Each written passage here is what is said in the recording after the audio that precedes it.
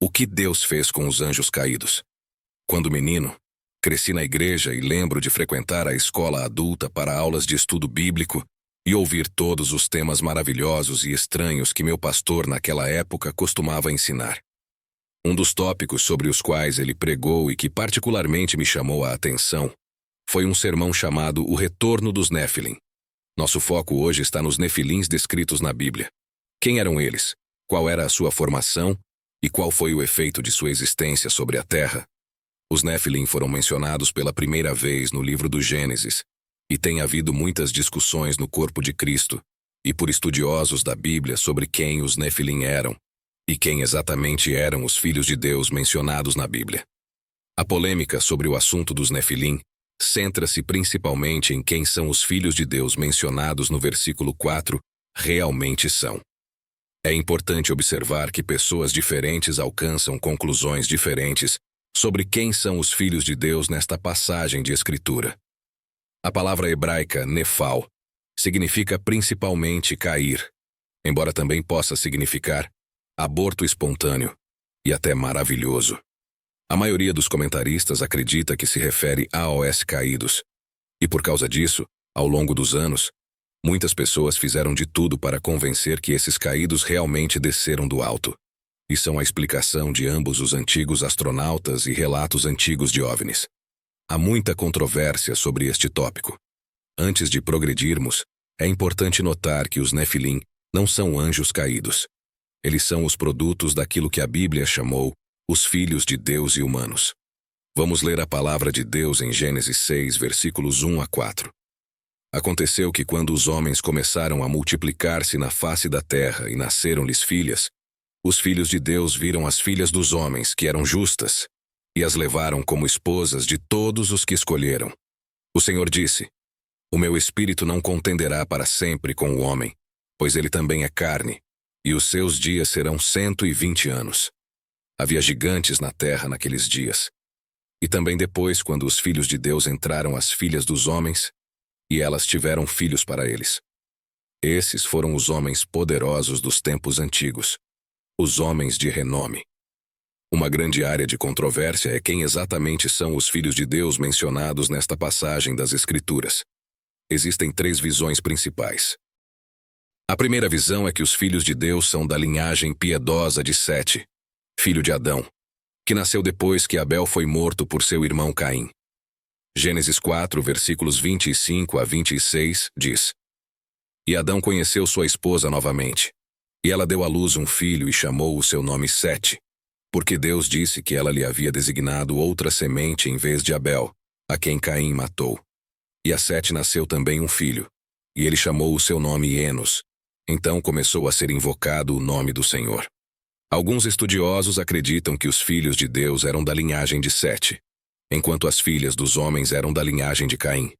Isso descreveria um casamento interno entre o piedoso e o ímpio, algo que Deus especificamente proíbe em vários versículos da Bíblia.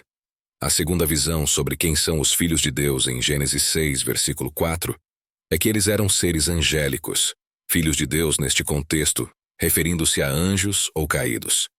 Essa visão vê os Nefilim como os descendentes sobre-humanos de anjos e humanos, uma criação híbrida que Deus não criou. A frase filhos de Deus refere-se claramente a criaturas angelicais, quando usada em outras partes do Antigo Testamento. Jó 1, versículo 6 diz: Houve um dia em que os filhos de Deus vieram apresentar-se perante o Senhor, e Satanás veio também entre eles. Jó 2, versículo 1 diz novamente: Houve um dia em que os filhos de Deus vieram apresentar-se perante o Senhor, e Satanás também veio entre eles para apresentar-se perante o Senhor. E Jó 38, versículo 7 diz: Quando as estrelas da manhã juntas cantavam, e todos os filhos de Deus gritavam de alegria. A palavra Nefilim literalmente significa caídos. E podemos ver que há muita controvérsia sobre este tópico. Esses versículos nos revelam que Deus julgou esses anjos maus, colocando-os em prisões eternas. Alguns defendem a ideia de que esses são os filhos de Deus mencionados em Gênesis. Contudo, vale ressaltar que esta interpretação não é unânime, e há divergências teológicas sobre o entendimento dos filhos de Deus em Gênesis 6. Alguns argumentam que a visão dos filhos de Deus como seres angelicais pode levar a implicações teológicas significativas, desafiando a compreensão tradicional da natureza dos anjos e do plano divino para a criação. Independentemente da interpretação adotada, a presença dos Nefilim na narrativa levanta questões sobre a interação entre esferas espirituais e humanas. Se aceitarmos a visão de que os filhos de Deus eram anjos, a união entre seres espirituais e humanos resultando nos Nefilim apresenta um cenário extraordinário e, para alguns, desconcertante.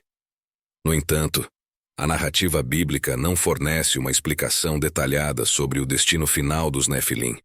Se aceitarmos a interpretação de que eram seres híbridos, surge a pergunta sobre o papel deles na história da redenção e como Deus lidou com essa anomalia.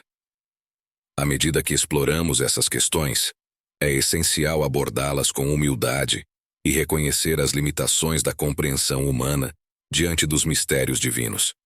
Além disso, é crucial manter o foco nos elementos fundamentais da fé cristã, como o amor de Deus, a salvação por meio de Jesus Cristo e a orientação do Espírito Santo. Independentemente das interpretações específicas sobre os Nefilim e os filhos de Deus em Gênesis 6, a unidade da comunidade cristã em torno dos princípios centrais da fé é crucial. A diversidade de perspectivas teológicas pode enriquecer o entendimento coletivo, desde que haja respeito e diálogo construtivo. Concluindo, a compreensão dos Nefilim e dos filhos de Deus em Gênesis 6 permanece um desafio teológico, e os crentes são incentivados a buscar sabedoria, estudar as Escrituras com diligência e, acima de tudo, manter a fé centrada nos ensinamentos fundamentais do Evangelho.